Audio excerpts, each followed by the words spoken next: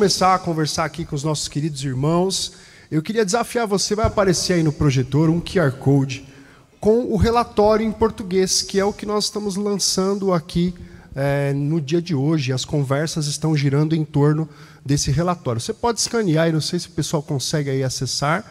A gente já soltou lá no grupo de Lausanne, lá, então você pode acessar para acompanhar o que a gente vai discutir aqui.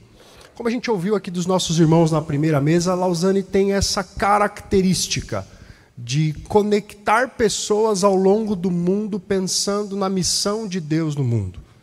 Antes da gente começar a falar sobre os dados que ele nos traz ali, como que ele nos desafia, os dados nos desafiam, e a reflexão dos irmãos ao longo do mundo todo nos desafiam a pensar sobre a missão e sobre a proclamação, eu queria abrir aqui para que cada um dos nossos irmãos aqui pudesse falar por um tempo sobre sua experiência com Lausanne, sua experiência de vida, como entendem o tema. E eu vou começar, por questão de honra, com o Marcos Amado, que tem um envolvimento clássico com esse movimento aqui no Brasil, até para que você, Marcos, construa para nós uma ponte de tudo aquilo que a gente ouviu agora há pouco, com o que a gente vai falar aqui agora, que são desafios projetando o futuro, né? Então, Marcos, pode começar sua fala. Obrigado, Gabriel. Bom dia, irmãos. Um prazer muito grande estar aqui. E eu queria começar com uma nota pessoal, espero que vocês não se importam, porque eu gostaria de fazer um agradecimento público. Esse ano está fazendo 40 anos que a Igreja Batista do Morumbi nos abraçou como missionários, nos enviou para o mundo muçulmano e fielmente tem mantido esse apoio, esse acompanhamento até os dias de hoje. Portanto, para mim é um grandíssimo privilégio estar aqui, agradecer pastor Lisânias, pastor Humberto, pastor de missões dessa igreja, e realmente é um privilégio. E estou falando também em nome da minha esposa, Rosângela. É uma alegria estar aqui com vocês. Eu tive o privilégio de, por 5 anos, ser aquilo que chamam, na verdade você não é, mas chamam de diretor de Lausanne para a América Latina. E era um período de construção em que nós estávamos tentando entender essa transição, pensando lá com Billy Graham, 1974, John Stott, René Padilha, etc., etc., e avançando com todas essas transições que nós estamos vendo hoje, e de que maneira tudo isso afeta a missão. E quando nós vemos um relatório como esse, que foi lançado agora, nós só conseguimos entender o porquê dos dados que estão nesse relatório, se nós entendermos o posicionamento de Lausanne acerca do que é a grande comissão, que é o que nós acabamos de ver agora. Portanto, quando nós olhamos esse relatório, e nós começamos, e agora já não estou envolvido oficialmente com Lausanne, mas nós começamos a ver o relatório, o status atual da evangelização, e depois nós vemos, numa segunda parte do relatório, vários aspectos que, num primeiro momento, aparentemente pode não ter a ver com a grande comissão. Por exemplo, alguns já me perguntaram por que tem um gráfico sobre o número de escravos ao redor do mundo. Então, isso depende muito da sua definição do que é a grande comissão. Você, então, vai entender ou não o porquê de um gráfico desse num relatório sobre a grande comissão. Portanto, eu acho que para a gente aproveitar ao máximo esse conteúdo riquíssimo que vocês vão encontrar nesse relatório, nós temos que ter esse enunciado bem grande aqui em cima, a grande comissão, e entender que dessa grande comissão, várias linhas estão saindo desse título principal com vários aspectos daquilo que Deus quer que você e eu façamos para ser parte de fazer aquilo que Ele está fazendo, que é reconciliar através de Jesus Cristo para consigo mesmo todo o cosmo. Portanto, se é todo o cosmo, nós temos que pensar, e é isso que o relatório tenta trazer, nós temos que pensar de que maneira nós vamos deixar as marcas dos valores do reino de Deus por onde nós passarmos. Portanto, onde o reino de Deus está se estabelecendo, se existe dor, não pode haver dor. Se existe fome, não pode haver fome. Se existe pobreza, não pode haver pobreza, porque quando estiver tudo consumado, por causa da cruz de Cristo, nada disso vai existir. Portanto, você e eu estamos aqui para mostrarmos essa nova humanidade e, através disso, mostrar para todo mundo, até os confins da terra, em todas as etnias, todos os grupos étnicos, que essa participação nesse reino só é possível se nós entregarmos nossa vida ao Senhor Jesus e decidirmos ser verdadeiramente discípulos de Cristo. É a pregação do Evangelho oferecendo o perdão de pecados através do sacrifício de Cristo na cruz. Sendo assim, essa nossa definição clássica que nós temos muito forte aqui no Brasil sobre missões, ela tem que ser ampliada para que um relatório como esse que nós estamos tendo o privilégio de ter em mãos faça todo o sentido e adquira toda a importância que ele tem, e como igreja e líderes e pastores possamos fazer o uso que é possível fazer com tanta informação e que pode sim nos ajudar como irmãos, irmãs, cristãos e cristãs a deixarmos as marcas dos valores do reino de Deus por qualquer lugar onde nós passarmos. Muito bom. Felipe, sua contribuição sobre a temática, sobre o relatório. Muito bem, bom dia, a paz do Senhor Jesus a todos. Que alegria estar aqui nessa manhã, aqui em São Paulo, compartilhar um pouquinho da pesquisa, do relatório da Grande Comissão de Lausanne. Bom, eu estou envolvido na área de pesquisa faz 10 anos, dentro da AMTB, e como pesquisador, um dos nossos maiores desafios não é apenas fazer a metodologia e o relatório, mas é depois a prática com tudo isso. Eu acabei de participar de uma conferência de pesquisa online, com pesquisadores do mundo inteiro, de vários centros de pesquisa, e dos pontos discutidos é isso. Não basta termos apenas o relatório, os dados, mas como aplicar isso e colocar em prática. Então, nós estamos aqui, e aqueles que estão nos assistindo online, e os que vão assistir depois gravado, têm essa incumbência de colocar em prática tudo que queremos fazer. O relatório é extenso, digo para vocês lerem, mas também fazerem reflexões. Foi discutido aqui antes da última mesa que o mundo está em movimento e a igreja está em movimento, e sem sombra de dúvida nós estamos em movimento. A igreja cristã evangélica sofreu talvez o seu maior mudança drástica na sua história nos últimos 60, 70 anos. Pela metade do século XX em diante mudou drasticamente, né? E o relatório que nós estamos aqui analisando fala claramente sobre isso, essa mudança.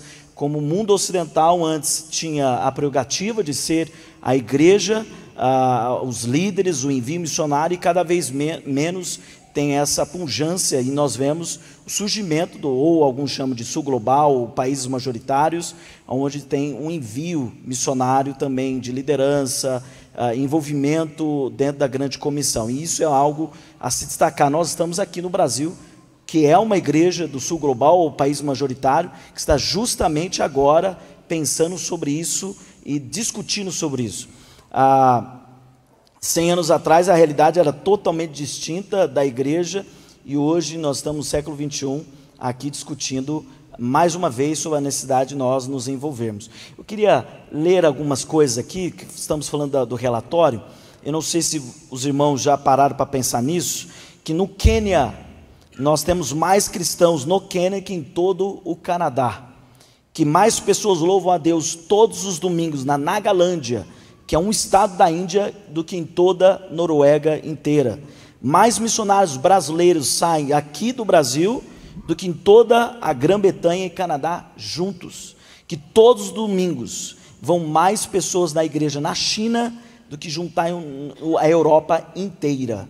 Então, para você ver a realidade que mudou o que nós chamamos de cristianismo, cada vez mais surgindo. E dentro do relatório do Lausanne, eu fiz parte do Lausanne Jovem, foi em 2016, Marcos estava lá também, lá no Jakarta, Indonésia. Eu já não era jovem, mas eu estava lá. Ele é o nosso mentor, né?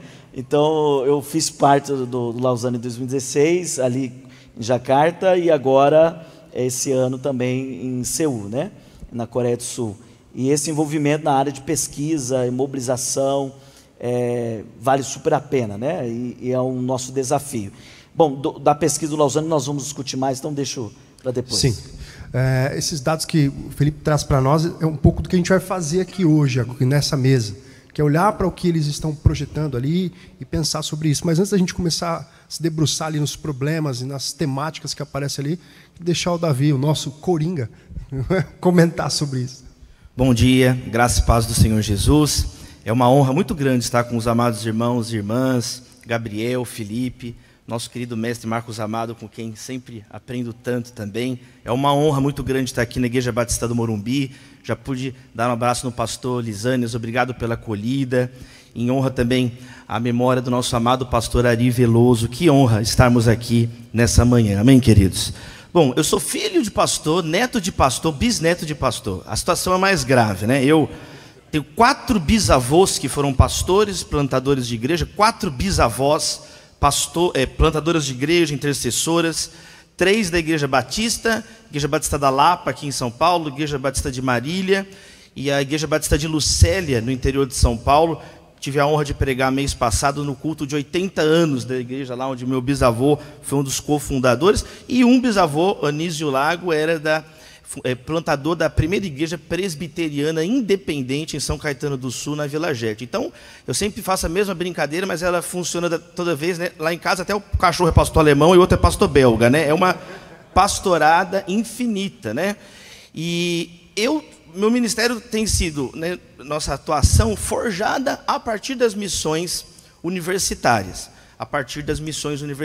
Eu sou formado em Direito, tenho mestrado em Teoria do Direito, estou concluindo agora o doutoramento em Filosofia do Direito pela Faculdade de Direito do Largo São Francisco, da Universidade de São Paulo, e a partir de uma missão estudantil, não tem como não ter contato com a ABU, Aliança Bíblica Universitária, Lausanne, e que momento importante, que momento diferente que nós temos hoje. Nós trabalhamos, por exemplo, a expressão grande comissão, ela foi criada muito recentemente, no século XVII, por um holandês, né, um missiólogo, o Justinian von Veltz. Ele cunhou essa expressão. Vocês sabem que, quando nós lemos, por exemplo, a patrística, não há praticamente discussão alguma sobre, em Mateus 28, falar de missão. Lá, Agostinho, se você pegar toda a discussão patrística, Mateus 28 é sobre a Trindade. A discussão ali gira 100% em torno da Trindade, praticamente. Mas nós vamos encontrar, de fato, uma releitura do texto renovada, 1621, com Justinian von Veltz, e isso vai eclodir, em especial, né, no final do século seguinte, com William Carey, né, e as modernas missões protestantes. Mas é interessante que nós encontramos expressões diferentes no Novo Testamento, impulsionando a igreja, né? A todos os lugares. Em Marcos, a ênfase, a palavra é cosmos. Vão por todo o cosmos, por todo o mundo, e preguem o evangelho a toda criatura, né? Em Mateus, etnos, etnias. Vão por todas as etnias, por todo tipo de gente, falando do evangelho. Lá em Atos, com perdão, Saião, do meu grego ruim, mas escatologés, né? Quer dizer, com fins da terra, né? Ao fim da realidade, ao fim dos tempos, vão por o fim do tempo e do espaço pregando a palavra. Então, não há dúvida que nós somos levados pelo Espírito de Deus, pelo sopro de Deus, como o pastor Valdir Starnogel pontuou, por todas as pessoas, por todos os lugares. Então, que privilégio, que honra, que alegria estarmos, de algum modo, ligados a esses irmãos, a partir do Billy Graham, a partir de John Stott, que presidiu Lausanne em 74, conversando sobre isso. Lembrando que Lausanne nasce, então, de uma tradição protestante, remonta à Conferência de Edimburgo, que, por sua vez, remonta à Conferência Missionária de Liverpool, no final do século XIX. Então, nós não estamos também no vácuo, nós não partimos do nada. Nós temos um movimento, como tem sido afirmado, onde queremos ver, a partir de agora, na apresentação do relatório, um momento diferente. Eu quero destacar também 3 aperitivos aqui, né? Primeiro, uma mudança demográfica sem precedentes. Nós temos 8 bilhões de pessoas no planeta Terra. Então, essa questão da demografia não aparece nas institutas do Calvino, sociedades agropastoris. A cidade de São Paulo tem 13 milhões de pessoas. É mais que Portugal inteiro junto. É 3 vezes a população de Israel. Quer dizer, Portugal, 10 milhões de habitantes. São Paulo ultrapassou 13 milhões. Então, a gente vive num mundo com muita gente. A Índia é o país mais populoso do mundo, a China em segundo lugar, que será também ultrapassada pela Nigéria, de acordo com algumas estatísticas, a Nigéria, né, crescendo. Então, temos uma demografia sem precedentes, sem precedentes. Segundo, questão tecnológica. Vivenciamos um mundo acelerado, um mundo com também capacidade de bombas termonucleares capazes de pôr termo à vida como conhecemos no planeta Terra. A questão dos microscópios aos telescópios, né, o James Webb. Nós temos agora a exploração de minério em asteroides, a China divulgando diversas fotos essa semana de mais um pouso bem-sucedido na Lua. Antes de ontem, mais uma nave em parceria com a NASA, da iniciativa privada, indo para o espaço. Então, é uma tecnologia sem precedentes. Nós vivenciamos hoje um mundo de uma aceleração sem precedentes. Em terceiro lugar, uma integração. Uma globalização sem precedentes. Não existe mais aquele ambiente de velho oeste que imperou, como o pastor Saião mencionou aqui, de feudos, uma época de feudos, uma época de isolamento. Aquela história de Abraão e Ló, né? Essa terra é pequena demais para nós dois, né? Você vai para um lado, eu vou para o outro. Isso não existe mais. A guerra na Ucrânia, por exemplo, em minutos alterou o barril de petróleo, que alterou voos no planeta Terra, a pandemia da Covid-19, a questão Israel-Hamas, são questões que em segundos alteram as opiniões políticas, quadros políticos, situações econômicas. Então, são 3 dos elementos que a gente vai examinar aqui um pouco mais a fundo, que mostram um momento diferente, um momento novo. E acabou meu tempo, vamos em frente. Só para contextualizar aqui o que a gente vai fazer a partir de agora, depois da abertura dos nossos irmãos aqui, o relatório, a segunda parte do relatório, ele vai falar sobre mudanças de contexto. O Marcos já nos deu um spoiler aí, dizendo que tem uma série de gráficos, uma série de projeções, e a gente fica se perguntando o que isso tem a ver com a igreja, e a ideia aqui, querendo construir para você uma imagem. Pense você andando no seu carro, enquanto vai tudo bem, nenhuma luz acende, ele está em movimento, andando. Quando a luzinha do carro acende, do óleo, do pneu murcho, de qualquer coisa, depende da tecnologia do seu carro, ele aponta que no futuro, se você não pensar no agora, alguma coisa vai fazer esse movimento parar, ou pelo menos ficar precarizado. Essa segunda parte do relatório, chamado Mudança de Contexto, ele está justamente acendendo algumas luzes para a igreja cristã mundial, global, sobre quais devem ser as nossas preocupações e como é que a gente pode pensar, aí a projeção que eles fazem é 2050, o que chama a atenção e como essa projeção do 2050 impacta aquilo que a gente vai fazer no hoje, no tempo chamado hoje, independente da sua denominação, independente da geografia onde você está, independente de onde você esteja escutando esse vídeo, seja agora ao vivo ou em qualquer lugar do mundo. Então, como é que a gente pode pensar sobre isso? É essa luzinha que acende antes do carro parar ou antes do carro dar algum piripaque. E nessa segunda parte do relatório, ele coloca ali para nós 10 questões que precisam ser alvo de preocupação da igreja, para pensarmos nas nossas ações agora, no contexto local, no contexto regional, nas missões transculturais.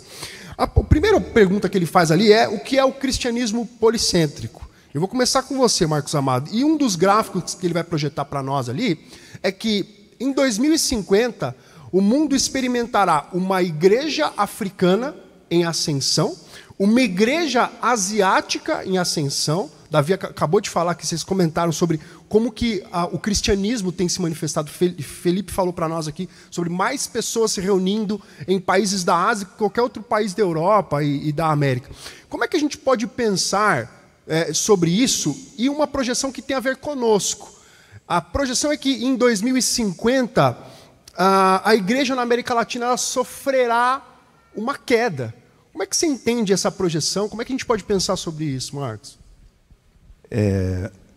Não sei exatamente qual o gráfico aqui, mas... Está ali na tela para nós. Quando você está sendo gravado, fica feio olhar para trás assim. Mas verdade. Quando você olha em vários gráficos que vocês encontrarão, você verá que em 1900, praticamente de 70% a 80% da população cristã estava na Europa e nos Estados Unidos, e 20%, mais ou menos, estava entre América Latina, Ásia, etc., aquilo que nós hoje chamamos de Sul global. A projeção é que para 2050 isso se inverta praticamente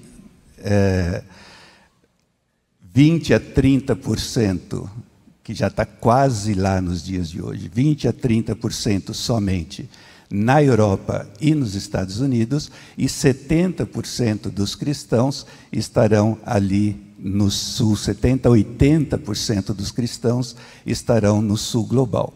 Mas é interessante notar também que isso faz com que surjam a igreja na América Latina. Não vou comentar sobre a igreja na América Latina, mas eu queria mencionar apenas um aspecto. Um dos gráficos que nós vemos no relatório é exatamente o fato de que, em termos gerais, quase 100% dos latino-americanos já de alguma forma escutaram sobre Jesus.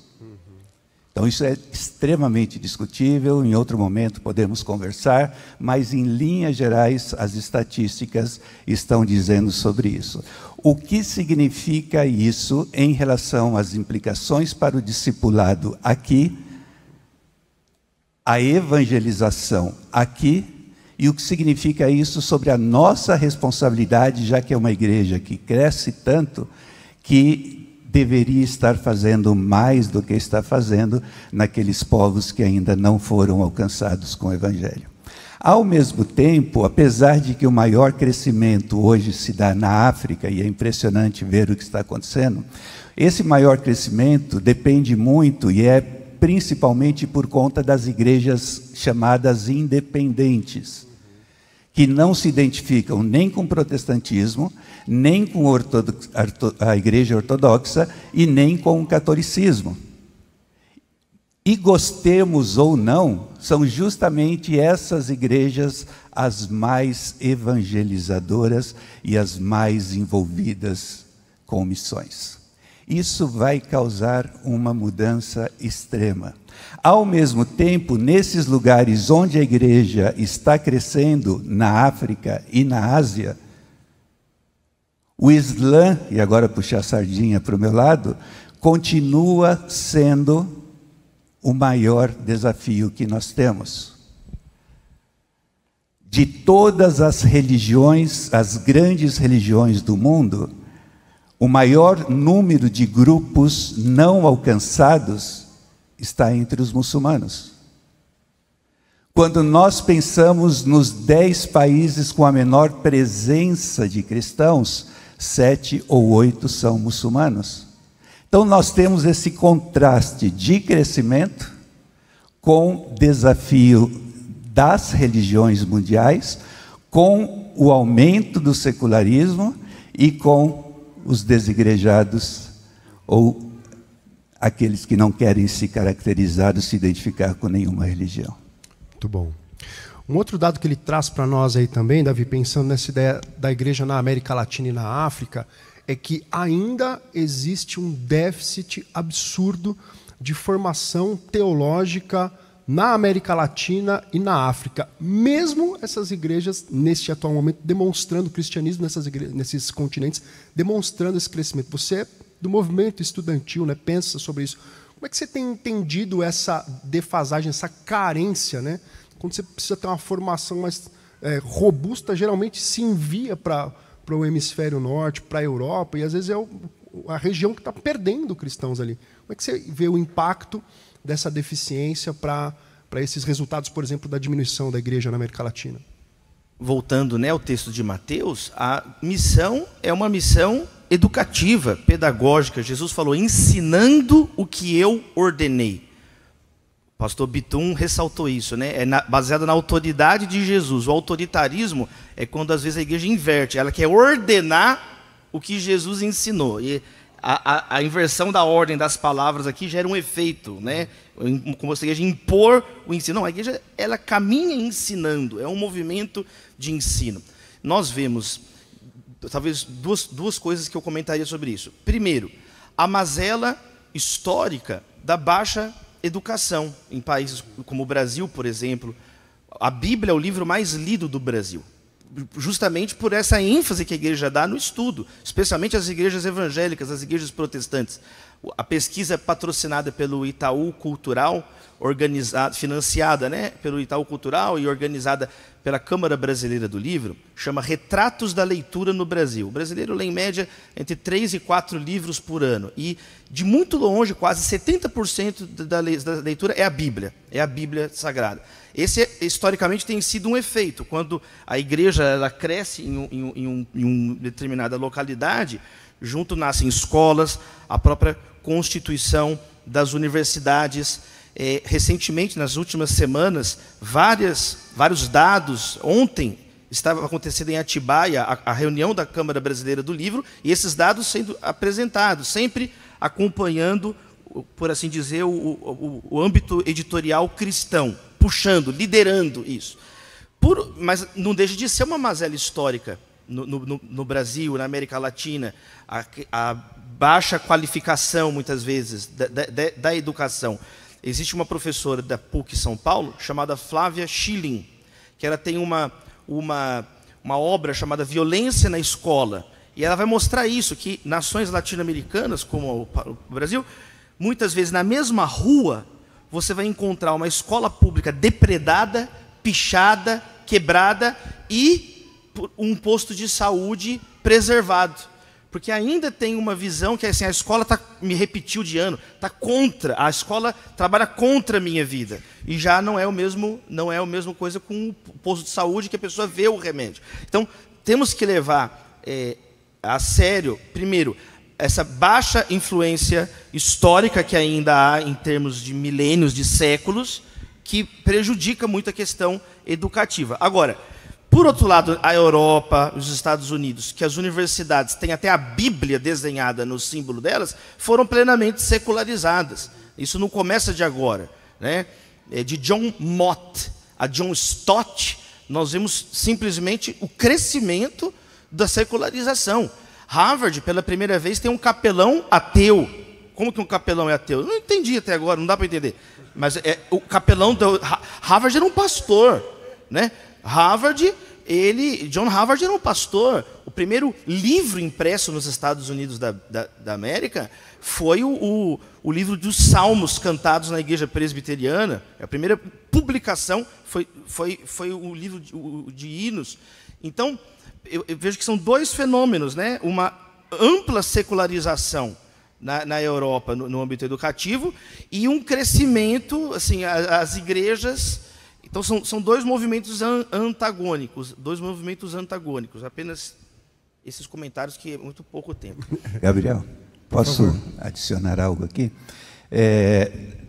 Num desses gráficos, no relatório que fala sobre a questão da educação, eles focam muito no desafio do discipulado e da importância da formação teológica. E um dos gráficos você poderá ver que o Brasil é o segundo país do mundo em número de instituições de ensino teológico, perdendo apenas para os Estados Unidos. Agora, isso me surpreendeu bastante, porque existe ainda uma necessidade enorme. Nós temos que reconhecer que houve uma pulverização do ensino teológico no Brasil e em outras partes do mundo. E quando eu penso em alguns seminários, algumas universidades cristãs, seminários teológicos, por exemplo, nos Estados Unidos, estão sem alunos, mas um deles, que eu estive pesquisando, tem $1,5 bilhão de dinheiro para bolsas e outros investimentos nesse sentido, mas não tem alunos. Nós aqui temos muita gente nas igrejas querendo fazer um seminário, mas a igreja e a liderança não têm visão suficiente para entender que vale a pena pagar o seminário desse vocacionado, desse jovem que quer se envolver mais e se aprofundar na palavra. Então, isso aí é um desafio enorme que eu creio que nós temos, que precisa ser trabalhado. Muito bom, Marcos. Eu queria fazer só um adendo e também uma correção. Tem como colocar o gráfico novamente, por favor? Aquele gráfico do... Primeiro. Isso, obrigado. É que você comentou que a América Latina vai diminuir. Só queria fazer uma correção. Não é que a América Latina está diminuindo, é que a proporção entre os continentes, a África e a Ásia, vai aumentar e percentualmente, então a América Latina perde essa proporção. Não que ela está diminuindo estatisticamente, é que na questão proporcional em percentual, então a América Latina perde aí com relação ao crescimento da África e da Ásia. E acrescentando sobre o estudo e a capacitação, uma das estratégias que foi feita por muito e muito tempo foi de trazer, por exemplo, africanos, asiáticos, levá-los para a Europa, os Estados Unidos, e eles estudarem e depois eles regressarem aos seus respectivos países. Esse método, pelo menos para mim, não é o mais eficaz. É um método que muitas vezes eles vão para esses lugares, estudam e ficam, não voltam. Porque é óbvio, na Europa, nos Estados Unidos ou em outros lugares, tem necessidades também. E eles se sentem atrativos de ficar lá. Ou se casam com alguém do local e ficam. Ou também um outro risco que nós temos é de um ensino extremamente ocidentalizado, não contextualizado. E isso acaba gerando que pastores voltam para os seus lugares com uma mentalidade totalmente distinta do povo local. Aí eles vão ensinar uma forma europeia, forma americana, e não se conecta mais com o povo local. Então, ao meu ver, o melhor método de ensino e para reverter essa situação é de nós termos uma consciência de enviar mais Esdras. Esdras, ele foi enviado para ensinar a palavra.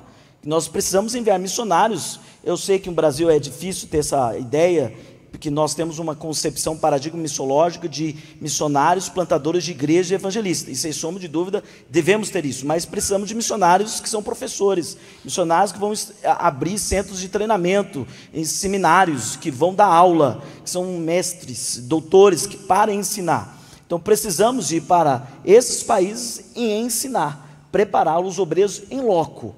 E de uma forma contextualizada, sem sombra de dúvida, e respeitando todo o local e até capacitando obreiros locais para depois eles serem os futuros professores, né? Fazer esse adendo. Marcos? É muito importante isso, porque a gente esquece que ensinar faz parte da grande comissão. E se nós não colocarmos atenção nisso rapidamente, nós teremos consequências muito sérias. Em relação ao número de cristãos diminuindo, aumentando, em números absolutos, como já tinha sido falado na primeira mesa, o número de cristãos continua aumentando. E é impressionante ver o que tem acontecido em países da África, da Ásia, Oriente Médio, etc. Por outro lado, em 1900, mais ou menos 34% da população mundial se considerava cristã. Em 2050, mais ou menos 32% a 34% da população mundial vai continuar se considerando cristã. Então, em termos de aumento de porcentagem em relação à população global, nós estamos estagnados praticamente desde o ano 1900. Enquanto em 1900 os muçulmanos eram 12%, hoje são praticamente 25%, e em 2050 chegarão a quase 30%.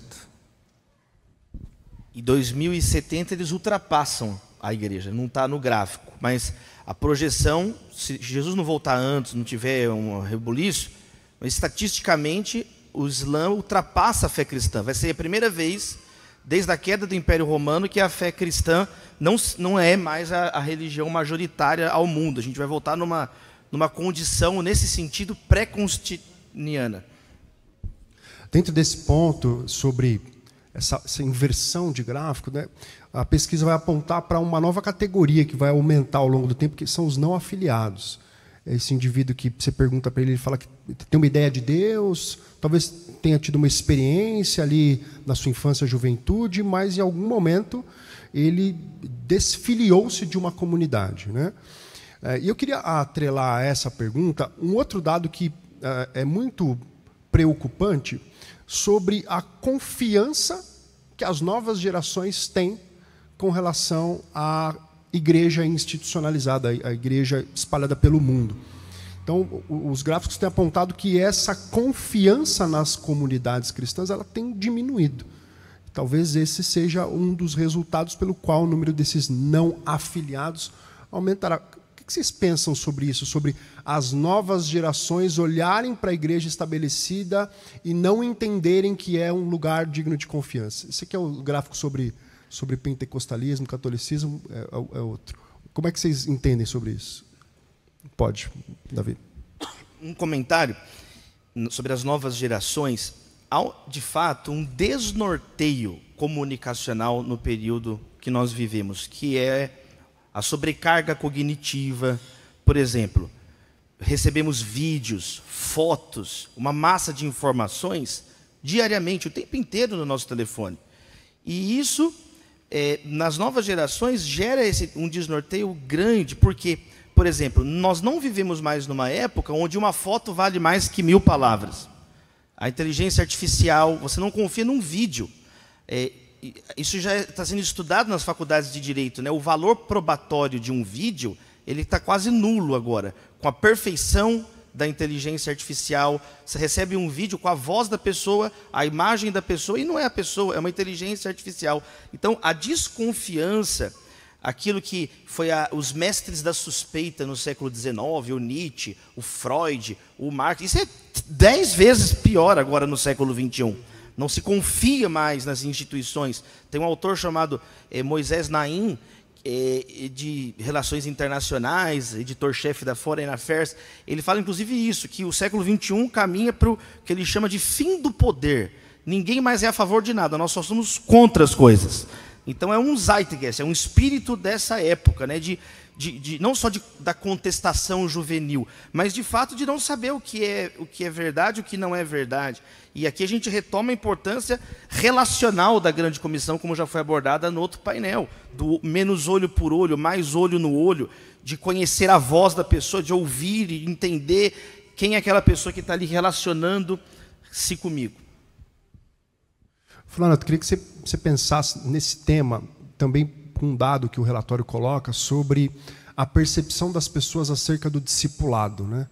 Quando perguntadas ali, há um apontamento de que o discipulado intencional, significativo, vida na vida, ele é muito pouco percebido dentro da comunidade. Como é que você entende a correlação entre esses dois temas? Bom, sobre credibilidade. Eu acredito que credibilidade e discipulado se conquista em relacionamento e exemplo. Eu estava vindo agora mesmo no carro com pastores e amigos lá de Campinas, e nós estávamos falando sobre relacionamento conjugal e como filhos refletem o que os pais fazem.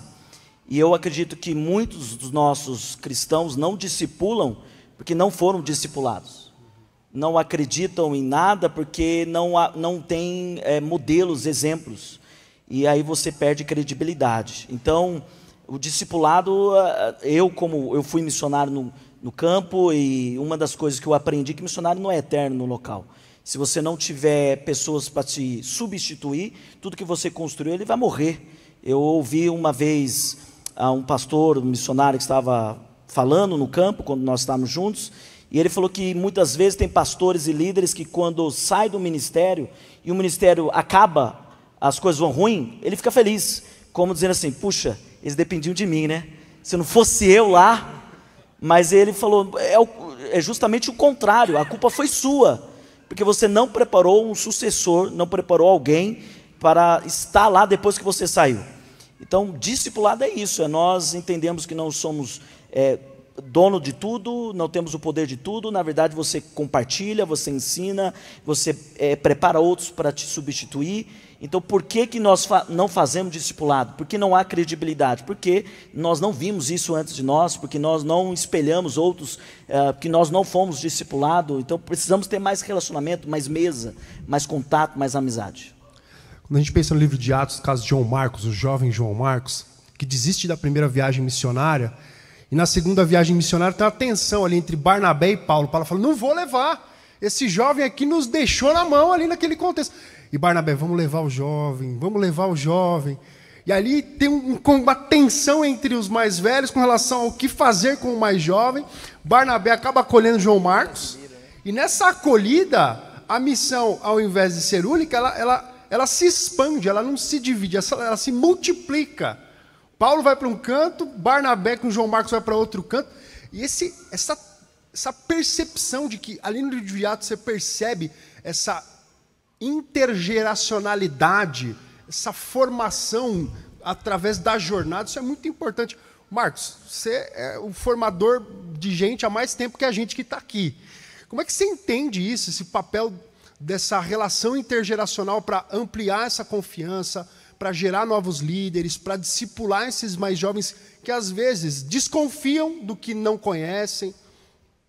Me lembra daqui a 45 segundos dessa pergunta, porque eu quero voltar nos não afiliados, só para completar algo. Num dos gráficos que nós vemos no relatório, em relação aos não afiliados, e não afiliados nós estamos incluindo aí ateus, agnósticos, acho que também estão incluídos os desigrejados.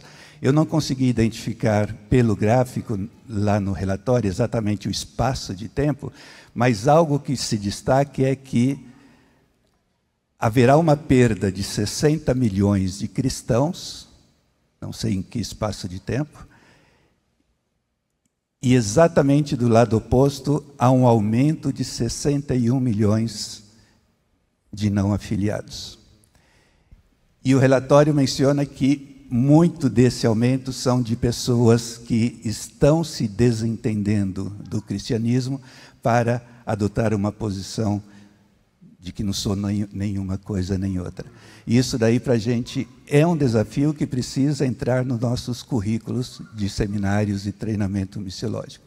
Enquanto a nova geração, eu estive numa conferência nesse fim de semana e eu vi claramente, gente, assim, a maneira que o Davi olha o mundo, a maneira que o Felipe olha o mundo, não adianta eu querer ver o mundo da forma que eles veem.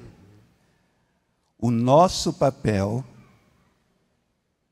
Valdir, Saião, etc., os velhos, é conseguir dar o apoio necessário para que esses jovens que Deus está colocando uma visão incrível no coração deles e está dando os dons necessários, possam cumprir a grande comissão de uma maneira que nós já não podemos fazer.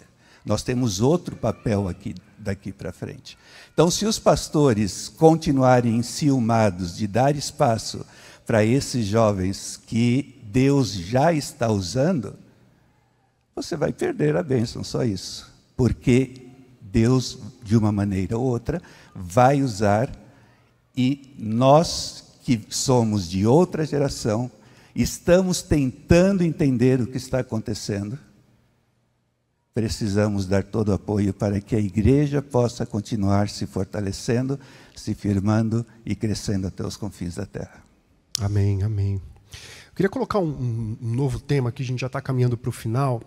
As duas perguntas finais do relatório vão pensar sobre a relação digital do futuro e do presente, né? Ele faz duas perguntas: o que é uma vida digital e o que é um ministério na era digital. Aqui na nossa igreja, na Igreja Batista do Morumbi, e eu acho que essa é uma temática que envolve a igreja contemporânea, a gente pensa muito, eu com o Vini Amado aqui, que é o querido irmão que desenvolve tudo aqui, como que a igreja pode pensar essa característica que não vai embora, que é o digital. E às vezes as nossas reflexões aqui internas é que nós temos muito o ato de fazer do digital uma espécie de catalisador de evento, comunicador de evento. É um banner que você solta, vem aqui, vai ter um evento aqui, vem para cá, vai ter um chá de mulheres aqui. Então, a igreja, não sei se ela ainda, e aí uma pergunta que eu queria colocar para vocês, se ela entende isso, essa realidade digital, como uma ferramenta para a grande comissão. Como é que isso pode se tornar mais propositivo nessa projeção 2025, 2050? Como é que vocês entendem isso? Como é que vocês têm lido essa realidade? Pode, Felipe.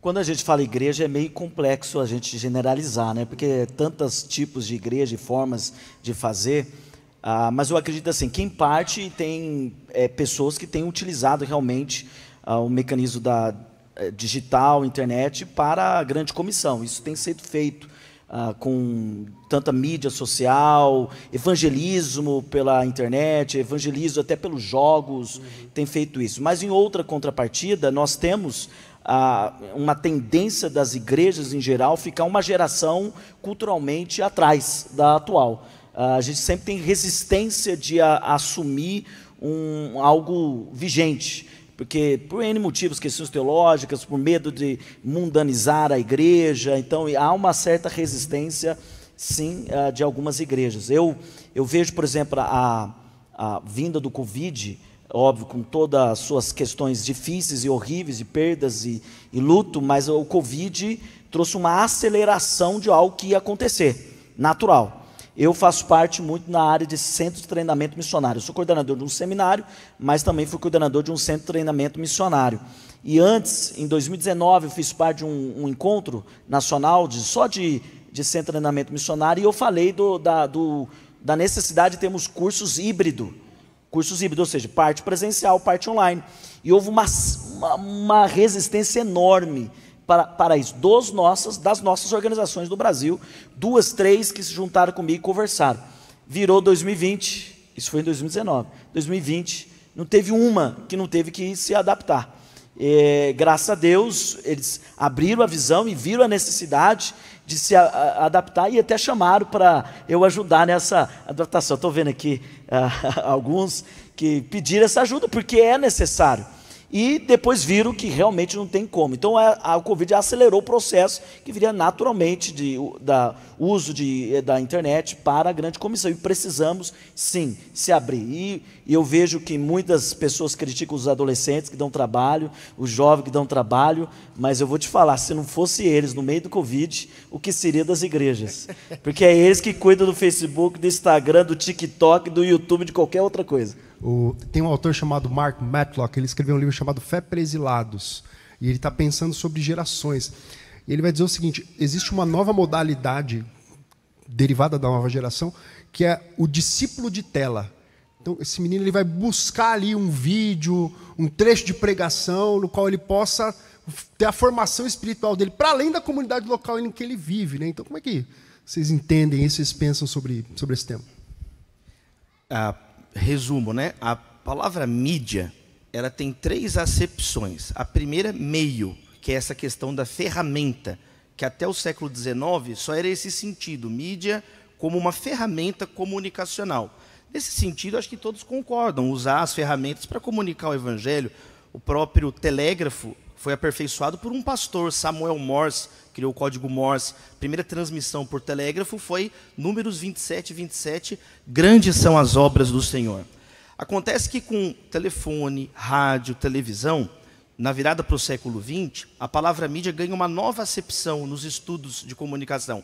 Mídia como conglomerado comunicacional. A gente fala assim, a mídia disse tal coisa. Nós não estamos referindo simplesmente a uma ferramenta de comunicação, mas a um complexo midiático que envolve o poder, envolve ideologias, envolve estados, envolve exército, envolve interesses políticos, econômicos e mercantis.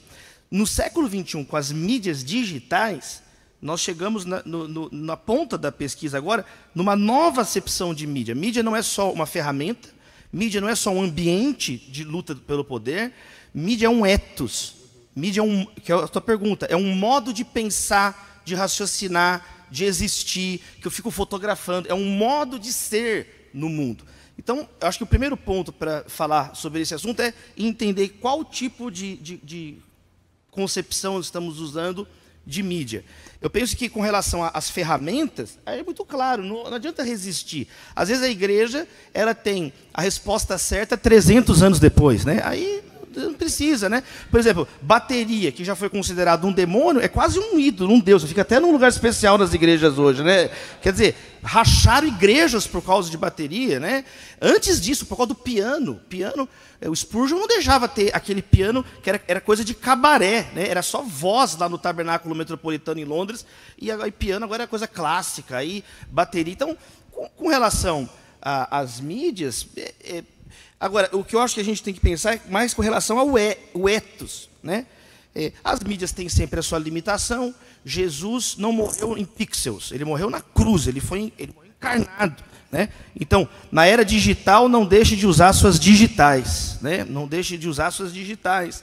O João fala assim, eu tenho mais a dizer para vocês, mas não dá para fazer com pena e tinta. Eu quero fazer face a face, eu quero no mano a mano conversar com vocês. Então, eu acho que a gente tem que usar as ferramentas entendendo as limitações dela. E essa questão do ethos retoma o que o Felipe falou do discipulado. Né? Euclides da Cunha abre os sertões dizendo, né, que o sertanejo é, antes de tudo, um forte. A gente poderia dizer, baseado lá na grande comissão, que o missionário é, antes de tudo, um adorador. Porque a missão surge de um contexto de adoração. Jesus apareceu ali, ressurreto, alguns duvidaram, outros o adoraram. E aí, então, toda a autoridade me foi dada, e ele envia naquele contexto de culto, de adoração. Então, eu vejo que a questão das mídias, ela tem uma limitação, mas que se a gente amar Jesus, nós servirmos o Senhor, a gente sai desse paradigma de liderança do beijamão e a gente entra nesse paradigma do lava-pés, do amor a Deus, do amor ao próximo, sem depender tanto da mídia, mas mais do Espírito que sopra em nós. Em nome de Jesus. Amém. Amém. Amém. Gabriel, posso? Claro. Pentecostal com o microfone é difícil, né, irmãos?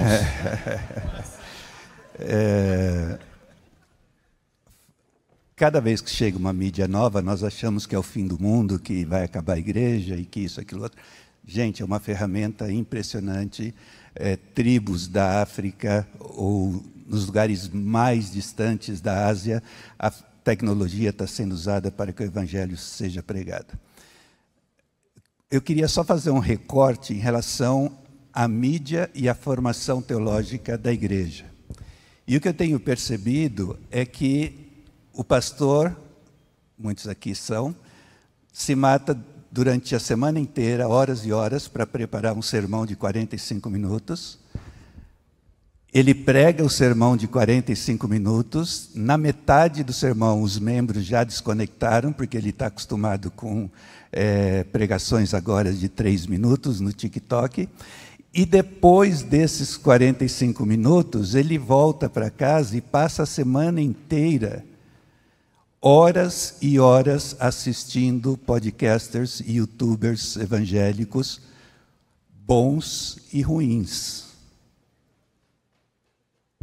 E eu creio que existe o potencial de que quem esteja fazendo a cabeça dos evangélicos, quem pode começar a fazer a cabeça dos evangélicos brasileiros nos próximos anos, não vai ser a declaração de fé da sua igreja, nem a posição doutrinária da sua igreja local, mas vai ser uma combinação, uma mistura do que diferentes pessoas com diferentes ideias e diferentes tradições estão falando, e isso pode levar a implicações que hoje nós ainda não sabemos quais são. Muito bom. Antes de eu dar a palavra final aqui para a despedida dos nossos queridos irmãos, queria desafiar você. A gente não conseguiu passar por todas as perguntas que estão ali nessa segunda parte do status da grande comissão, mas tem muito material, muita reflexão ali, de gente pensando a partir de geografias distintas. Você pode expandir o que a gente falou aqui em 1 hora para dias, semanas na sua comunidade e transformar o teórico em prático na sua comunidade, na sua organização e assim por diante. Então eu queria aqui dar a palavra final, aqui 2 minutinhos finais para cada um, começando pelo Felipe, terminando aqui no Davi. Muito bem, gente.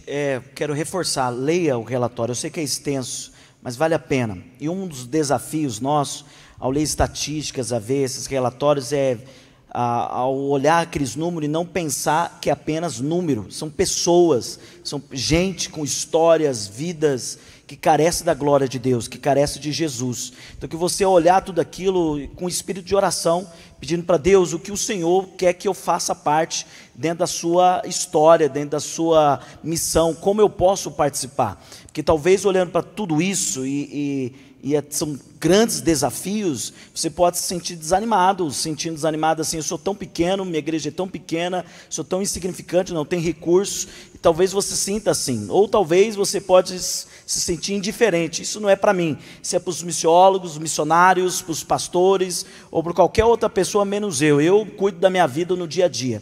Mas o meu convite é você se sentir desafiado e animado, confiante que Deus é contigo, que cada um tem um papel dentro da grande comissão, seja perto ou mais longe, seja na função que Deus escolher você, faça. Eu acredito piamente que em cada geração Deus chamou pessoas suficientemente para alcançar o mundo inteiro. Ainda está faltando missionários, missionárias espalhados no Brasil e no mundo. Faltam, mas não por falta de chamado de Deus. Atos 13, do versículo 1 ao 3, nós vemos lá que disse assim: e disse o Espírito Santo, separai-me Barnabé e Paulo para a obra que os tenho chamado. Então a culpa não está em quem chama, mas está em quem ouve, que somos nós. O Espírito Santo fala no meio da igreja, agora basta nós obedecermos. Por isso eu não creio que vivemos uma crise vocacional, porque a culpa não é de Deus, porque quem vocaciona é o Espírito Santo, é Deus. Nós vivemos uma crise de obediência dentro da nossa igreja, e precisamos obedecer. Nunca houve tantos congressos missionários, painéis, mesas como agora no Brasil, da área missionária, teológica, o que seja. Nós vivemos numa época de abundância de informação, mas falta de obediência é o que nós precisamos, tanto no Brasil como no mundo. Obrigado, Felipe. Caminhando na mesma direção que o Felipe mencionou sobre abundância, nós temos grandes desafios, como nós vimos aqui, mas eu quero terminar com uma palavra de agradecimento a Deus, porque apesar dos desafios, Ele tem usado a igreja brasileira e milhões estão sendo abençoados, milhares de missionários estão sendo enviados e através disso o nome do Senhor está sendo glorificado. Tem muita coisa para consertar? Tem, mas tem muita coisa bonita e Deus vai continuar usando a igreja brasileira. Deus abençoe. Queria agradecer o carinho, a acolhida e lembrar, mais do que nós pensarmos qual a missão que Deus tem para mim, nós pensarmos se Deus nos tem na missão dele, né? Se Deus é o nosso Senhor, se nós estamos amando Ele de todo o coração, alma, entendimento e forças. Todos os elementos da missão estão em Jesus, todos os elementos da missão. Toda a autoridade foi dada ao nosso Senhor. Diante dele, todo joelho se dobrará e toda língua confessará que Jesus Cristo é o Senhor. Dele, por Ele, para Ele, são todas as coisas. E Ele disse, eu edificarei a minha igreja. A igreja é do Senhor. Nós somos os cooperadores do Senhor na missão dEle. Então, não podemos ter medo, temos que ter esse otimismo incurável do pastor Saião. Somos mais que vencedores, somos bem-aventurados, com toda a humildade, com toda a graça de Deus na nossa vida. E cito Chesterton para finalizar, ele disse assim: gente, se a igreja morreu muitas vezes, morreu, mas não tem problema, porque ela ressuscitou outras tantas. Deus abençoe. Amém. Obrigado, Felipe, Marcos, Davi. É isso aí. Dani?